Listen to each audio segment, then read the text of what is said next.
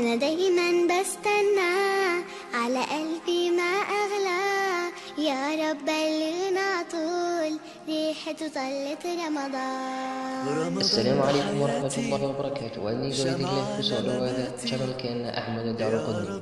فضلا لايك ريب فيديو سبسكرايب ندي channel كادي أتوقع سبتاعي. Wallahi, my brothers and sisters, you being alive to see this month, I promise you, it's a gift from Allah subhanahu wa ta'ala. A few years ago, there was a brother in Villawood.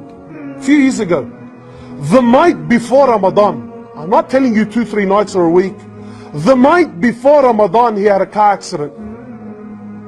It was him, his cousin, and a girl in the car. The night before Ramadan, my brothers, Allah Azza wa Jal took his life. Ramadan came so close, but he was so far. So my brothers and sisters, do not waste this month.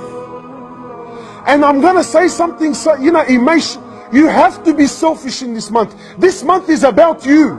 It's about you and Allah subhanahu wa ta'ala. Because every one of us has shortcomings. Every one of us knows himself that he's had a terrible year. This is my chance to make it up, man.